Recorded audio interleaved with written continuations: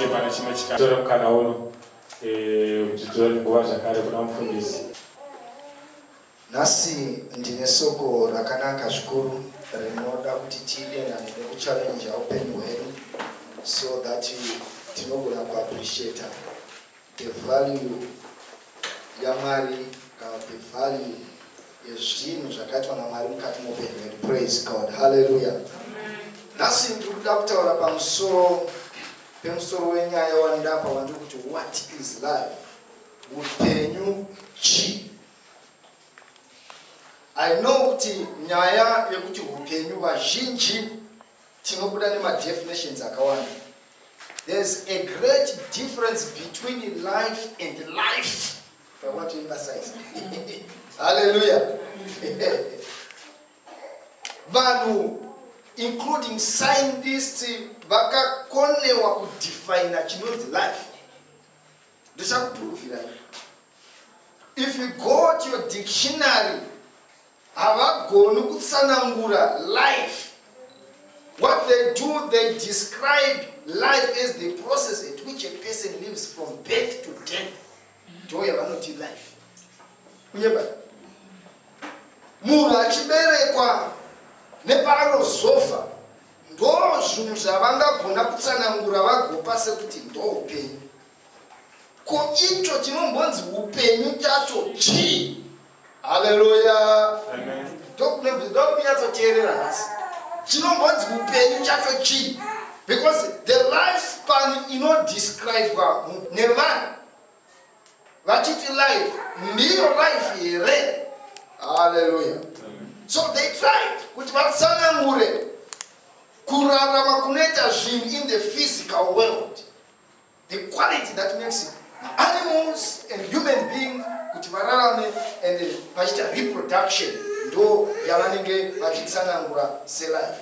Hallelujah. Amen. The statements achataura nemuchirungu kune vanoda kunyora but nchange chizanganisa zvose kuti muone kuti muzo appreciate what I want to call life today. You know, they describe life based on the existence of a thing or an individual. Kana chinhu chichinge chinzi chiripo chikurarama chiri kuexista, especially the animals or human beings or a plant, they say life pana upenya. Ndo zvavanenge vachitsanangura based nokuexista kwacho. They describe the essence of life as reproduction. Kuberekana kwezvinhu nezvinhu zvakadaro kana mudictionary menyu vanotsanangura zvakadaro. Zvinhu zvakaklika in my spirit. Kudai the world yainzwisisa chinonzi life. Tisiri kuwana vanhu vazhinji vachiramba kutevera Mwari. But follow me very well. Hallelujah. Some described life as eating and drinking. Do life. Kudya. Amabonzwa vanhu vachiti aiwa kana wadya nokumwa ndo upenyu. Vatsanangura vaguma ipapo. Zvese izvi hazvina. People are trying to define or to describe. They are trying to define at the same time they are describing. But chinombonzi upenyu Chii. What is it? Life. Hallelujah. Someone want to feel it. All right. At the end of this message, I'm going to give my own definition based on the word of God. Hallelujah. Amen. Now, don't describe life. They have described life as wealth, money, houses, and cars. You hear people saying, "Mon aneka upenyu kake, aneka life." Kunyeba, aneka life. Maunganeka life kake mazwana. Amen. Amen. Mine aneka life. Paneka upenyu kakurarama. Zvinhu zvese izvi hazvina kushata. They are very important. We need food. We need drink. Kumwa chaiko mvura nemadrinks atinomwaya kutsararama. We need food to eat. Hallelujah. Zvese tinozvida. We need one of the man and cars. But zvakadivhainwa selife. But chinonzi upenyu Chii. Hallelujah. Tiri pane tese nhasi. Amen. Chii chinonzi life. Tinoda kuti tipfuurire mberi as we continue with the way. zvese izvi zvatsanangurwa kumusoro, there are necessities dzinobatsira kuti munhu agone kurarama upenyu. Praise God. Hallelujah.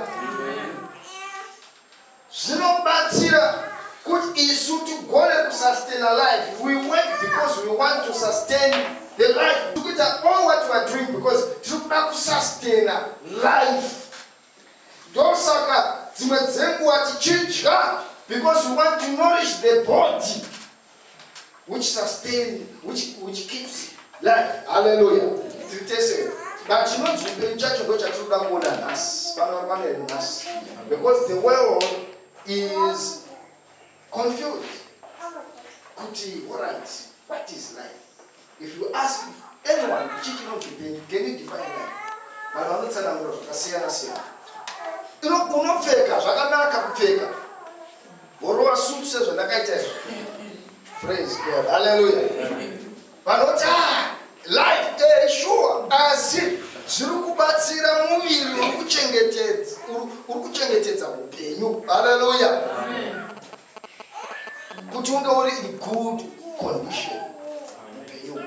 Hallelujah. So ichocho chacho chiri kusustainwa. Chii. Alright, let me give you an answer. Hupenyu. But upenyu wacho chii? I will continue to ask the question. Vanhu vakakwanisa kufunga along those lines, we see people vese vanodadira mari nevese vanofunga kuti vari kurarama sokunge vakadonha kubva kuMars vega vanoziva chinonzi upenyu. Hallelujah. Amen. Usatanga waenda kwako wari kuzvipa anza kuti mufundisi wadaenda unogona kurashika. Ndimirire. Amen. Ndimirire. Tiyazofamba tese kuti ichocho chinozombozipenyu chi. Right, ndinoda kuti munzwisise nokuti asataverenga scripture chazoverenga scripture inova a basis yezvandoda kutsanangura nazo. So to define life, one must identify the source where life is coming. Kuti munhu agone kutsanangura chinonzi upenyu, munhu anofanira kuidentify kana kuziva kunobva upenyu hwacho. Hallelujah. Amen. Haungagoni kutsanangura usingazivi kwazvakabva. No reason why vazhinji vasingagoni kudefine zvimwe zvinhu kana kutaura kuti chii nokuti havazivi kwatakabva, they don't know the source. So munhu anofanirwa kugona kuidentify kana kuziva kunobva upenyu kwacho ndokuti ugogona kuti uzive kuti chinonzi upenyu chii. Hallelujah. Look, now toda kuti tiyazonzwisa kuti no one can claim, nothing can claim kuti ndo the source of life pasipezua except one source. Let's open our Bibles in Genesis chapter 2, verse 7. Genesis chapter 2, verse 7. The scripture says, both in Shona and in English. The Bible says, and the Lord God made man from the dust of the earth, breathing into him the breath life of life. And man became a living soul.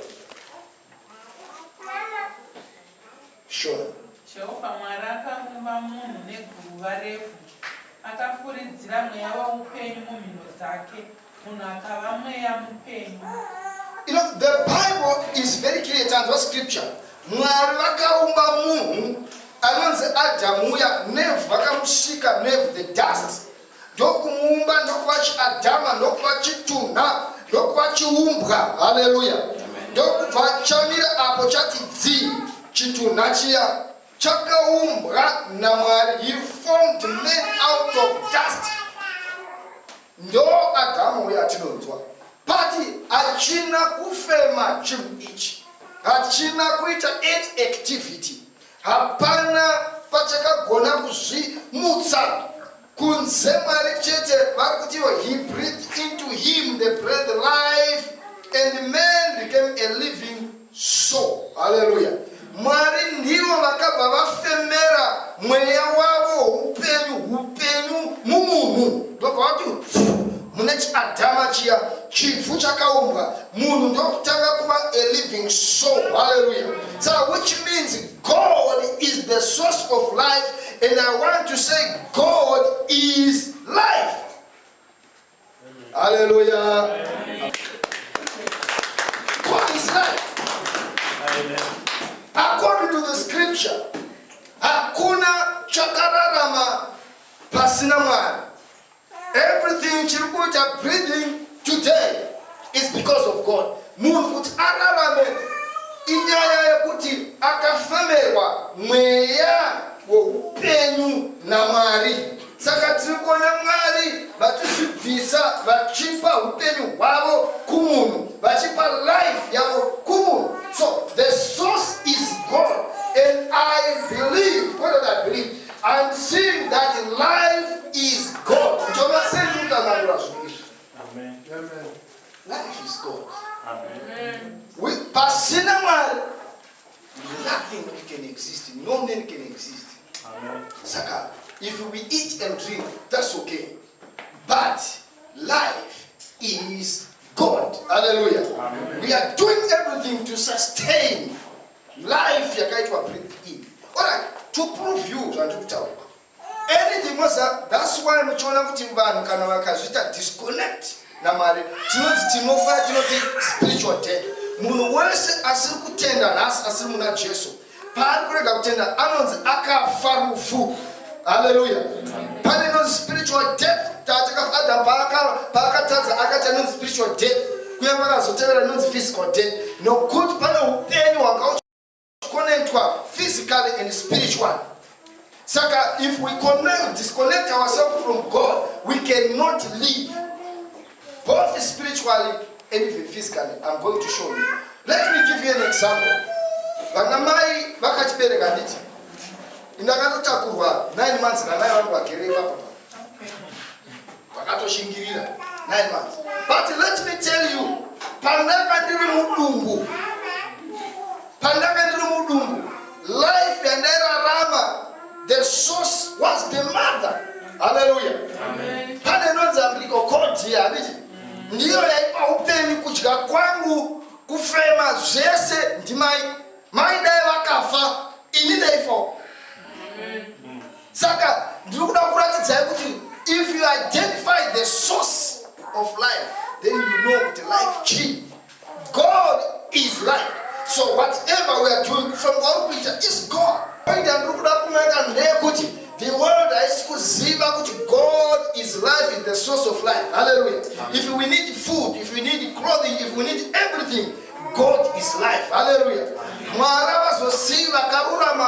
That's why we believe that if we come to God, He will provide for us. Hallelujah. He will keep us because we are connected spiritually. There's an umbilical cord spiritual. Hallelujah. Amen. Saka, life is God. Disconnect. Mai vane pamwe. Lemwana rukungu. Samai maomba akashitakuranje. Vana upenyu. Hallelujah.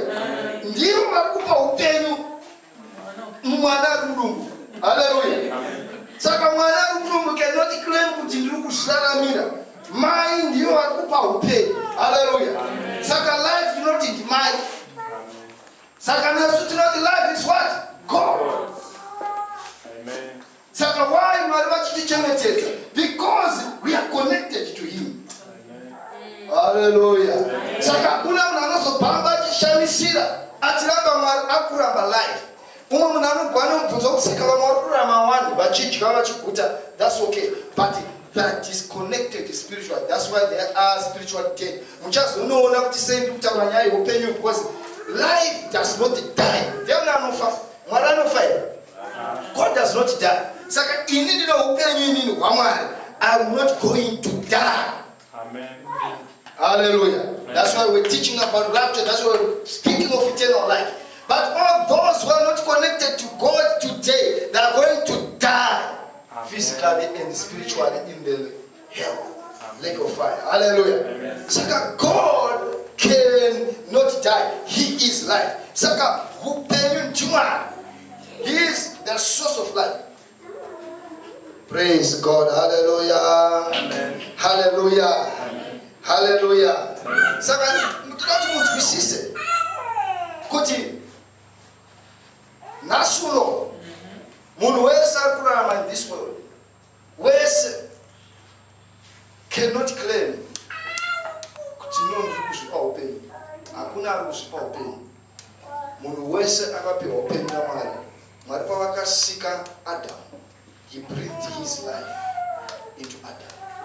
And munhu kuti ararame chiti munhu achiti ndide upenyu is that breathe the life of God.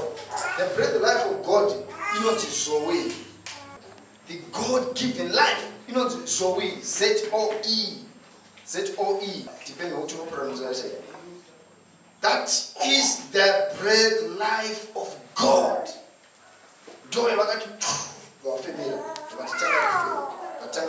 Everything is in existence because of God. Saka Mwari vanoda kuti kuchi. Hallelujah. Sasa tufundisa kuti usaje. Mwari vanoda kuti uve nemari. Mwari vanoda kuti uve newealth. Mwari vanoda kuti uve neimba. Vanoda kuti uve nemotokari. Mwari vanoda kuti zvese upfeke uita sei. Why? Because vakakupa upenyu hwavo. That's why vari kuprovide. The reason why we call Jehovah Jireh, he is providing for his children. Hallelujah. Amen. He is Jehovah Rapha. Rapha because there's life in us and it does not want to see us sick because we are connected. Hallelujah. He is sustaining us. He stretches his hand and the life is still flowing. As long as we are connected na Mwari, Mwari desire to life inoramba ichiflow. Hallelujah. Amen. We need to continue to connect ourselves to God. Because disconnect tinosara nema necessities to sustain a life, but life passing now. Hallelujah. Because I'm just wondering kuti tichacha haisi issue yekuti munhu akararama sei panapa, not in terms of sin or what, but in terms of kugara kwake nezvakanaka nezvinozvakadaro zvinobvana kuti wakazvikonekta sei naMwari with the life yanga irimo. Because at the end of the day vachaonekwa vasina kumendena life iya yaMwari iyi yatiri kutaura nezvayo. Vanenge vasiri naye because you are going to be connected naye because we are connecting naye to that life yake Mwari. Hallelujah. So what I'm saying today, God is the giver of life. Whatever is it health, God can give life to anything. Praise God. Hallelujah.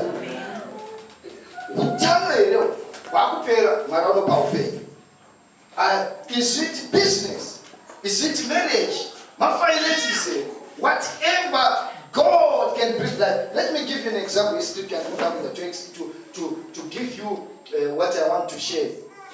And Ezekiel chapter 37. I know a lot of preachers and many men of God, they preached, they expounded, they prophesied. A lot of negative by this scripture, revelation and insights. But today I want to draw something special according to this message. Praise God, praise God. Hallelujah. Ezekiel chapter 37 verse 1, the Bible says, and the hand of the Lord had been on me, and he took out in the spirit of the Lord and put me down in the middle of the valley, and it was full of bones, and he made me go past them around about. And I saw there was very great number of them on the face of the wide valley, and they were very dry. And he said to me, Son of man, is it possible for these bones to come to life? Is it possible for these bones to come to life? And I made answer and said, it is for you to say, O Lord. And again he said to me, be a prophet or prophesy to these bones and say to them, all you dry bones, give ear to the word of the Lord. And this is what the Lord has said to these bones. See, I will make breath come into you so that you may come to life. Hallelujah. That will note especially verse 5, verse 3. See, I will make breath come into you so that you may come to life. I'm not spirit. And I will pour muscles on you and make flesh come upon you and put skin over you and breathe into you so that you may have life. and you will be certain that I am the Lord. To jump verse 10. So I prophesied as he commanded me, and the breath came into them, and they lived and stood up upon their feet, an exceedingly great army. Hallelujah. Do not mourn something. The valley of dry bones. In a meaning here about Israel. In a meaning here about how God was going to raise Israel, scattered Israel as a nation and bring it together. One nation, a mighty army. Those are prophetic. But throughout it, Zanga's really more the essence of life. Ezekiel Bakarata, this valley of dry bones, they were very, very dry. They were lifeless. If you go through the process,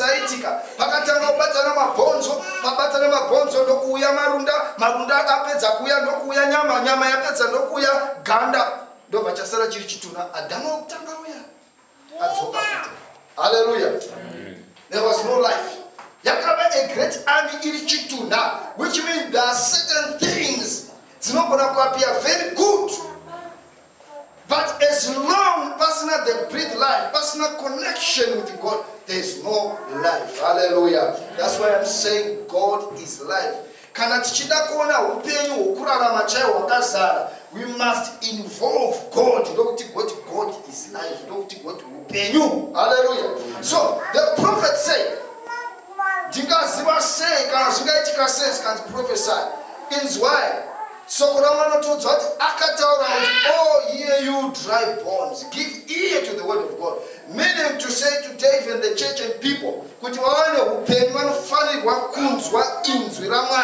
there are many people who are disconnected. Hallelujah. Amen. There are many people who are disconnected. Situations which are disconnected. The life which is disconnected. Hallelujah. The world is disconnected. Families which are disconnected. Marriage which is disconnected.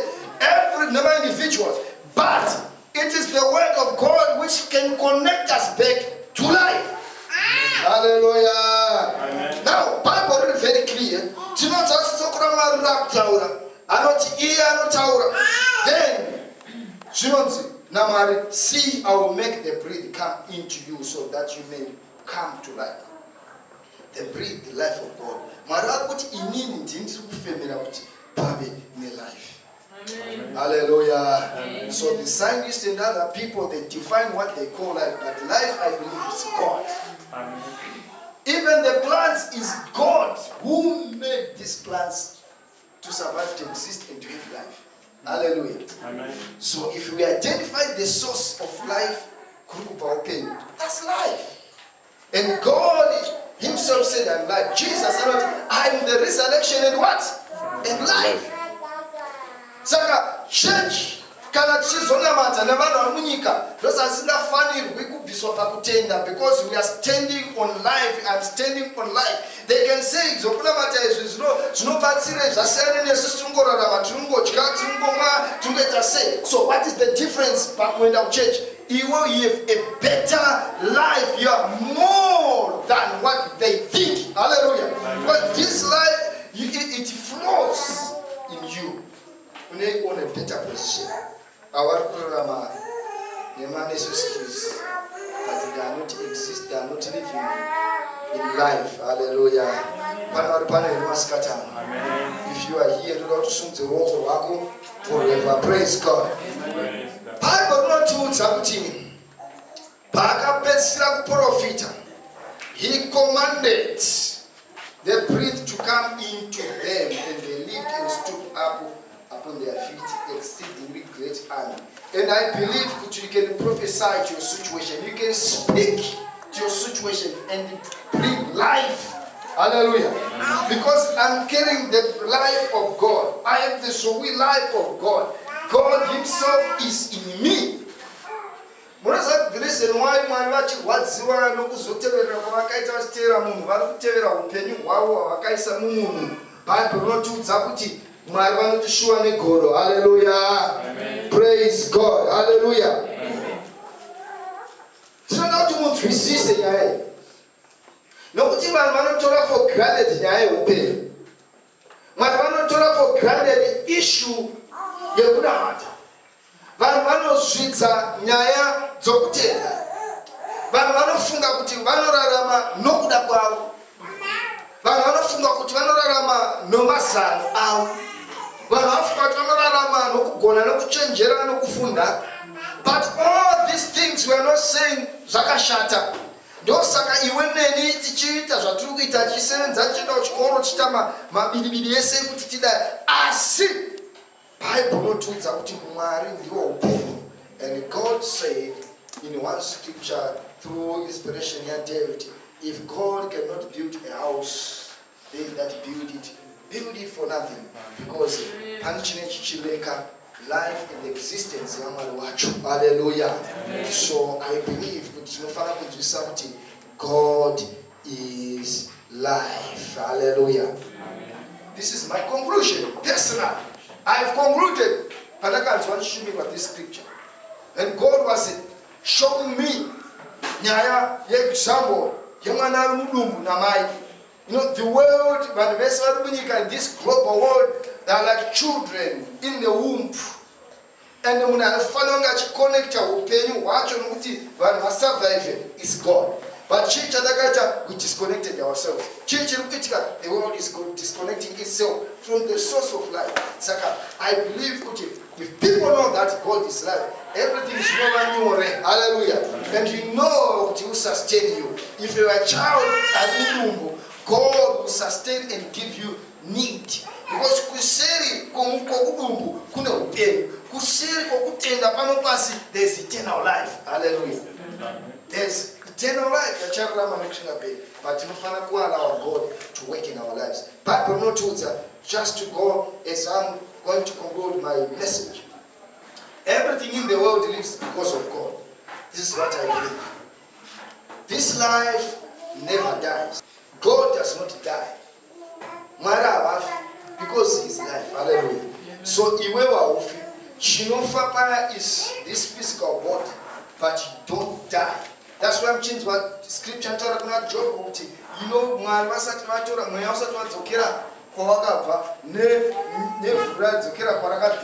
because the life cannot die. Hallelujah. Because the life is the living soul, it can breathe, and it cannot die. Because God cannot die. It's part of God. Hallelujah. This is the reason why we must live for eternity. Because God himself cannot kill himself. Hallelujah. Only the body no chafa. Hallelujah. Praise God. Hallelujah. Do you know that what we see? Is I'm concluding. He breathed his life in us so that we can live. Let's open our Bibles on the last scripture. John chapter 5, verse 11 to 14. John chapter 5, verse 11 to 14. The scripture says, and this is the testimony, God has given us eternal life, and this life is in his Son. Hallelujah. He who has the Son is life, and he who does not have the Son of God does not have life. Are you getting it? Are you seeing the sense? But I write these things to you who believe in the name of the Son of God, so that you may know that you have eternal life. 1 John chapter 5, verse 11 to 14. John from Cheto. Bible not tell you uyo ane marakati pa upenyu uyo ane mwana komana wa marano upenyu. Jesus is the resurrection and life. Hallelujah. He is the resurrection and life. Second, if you want this life, it's not just life in one kapajama, but it is also eternal life. It was breathed. The life was breathed in us. Hallelujah. Praise God. Hallelujah. And Jesus is the source of life. I believe today that the only life in the only source of life in everything to sustain the life which God gave us. Hallelujah. Saka iwe unofana kuzwisisa kuti unofana kuramba uri connected to your maker. If you connect yourself kune zvakasiyana sana as the source of life, more skill than the real life. Hallelujah. Saka I believe God can give you whatever you want. He can sustain you. He can give you food. He can clothe you. He can keep you. He can give you cars. He can give you houses. Why? Because you want to keep this life. But in dog connected. But if I take the Torah is my necessities, I don't mind how you do not skill with the promise of eternal life. But one of them would see because this life is beyond coexistence in this world. Because we are going to continue to live. But Kanamunaka is disconnected in this world, in this womb where God is sustaining others who are believing. Then Antina Tari will open you. Hallelujah. Same applies. Kanamanaka Furamu Tari will say. Saka a Christian anataza kurarama enyungu kuconnecta now he cannot live an eternal life. Hallelujah. Praise God. Hallelujah. So God the Father is the source of life. And I just want us to pray.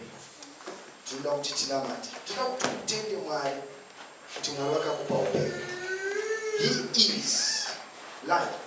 God is life.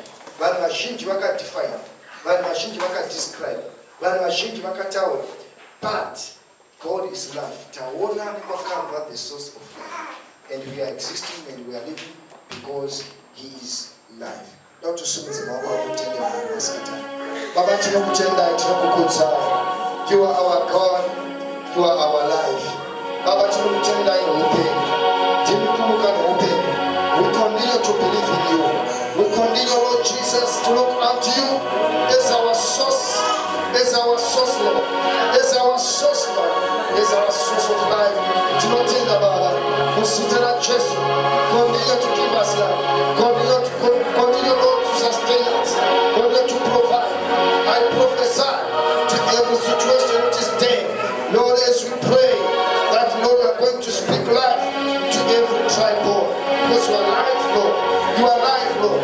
We speak life in our situation. We speak life in our every circumstance.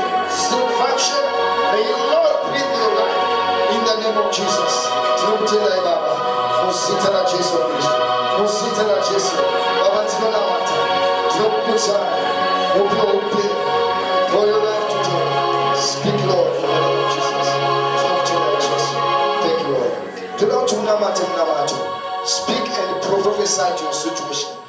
Kana paine choro kufunga kuti achina upenyu mukati muupenyu hwako. Tinoda kuti utaure upenyu. There were dry bones, but the prophet akataura. He spoke with authority. Ndokutaura upenyu hwaMwari. Ndokutaura upenyu hwaMwari. And my bones akaexista. Ndokutanga kurarama as a great army of God. Don't chiramati zvakare namata. Baba tinonamata in this church. Lord, I pray that you breathe life, Lord. Musitara Jesu Christ. In every father situation, in every father individual, in every situation, in every family, God. Tinonamata Shemuche. I speak life. Musitara Jesu. Nesimara Memuche. Baba Rakateleka. Tinokutsai Mamana. Musitara Jesu. That Lord Jesus, you're going to make everything to exist. You're going to live. Baba, no pain. You are the source of life. You are the source of life. In the name of Jesus. Tinokutenda Baba. Tinokutenda Jesu. Tinokutenda Jesu. Tinokutenda upenyu. You are the resurrection of life. You are the resurrection of life. Lord, I speak, Lord, the life individuals.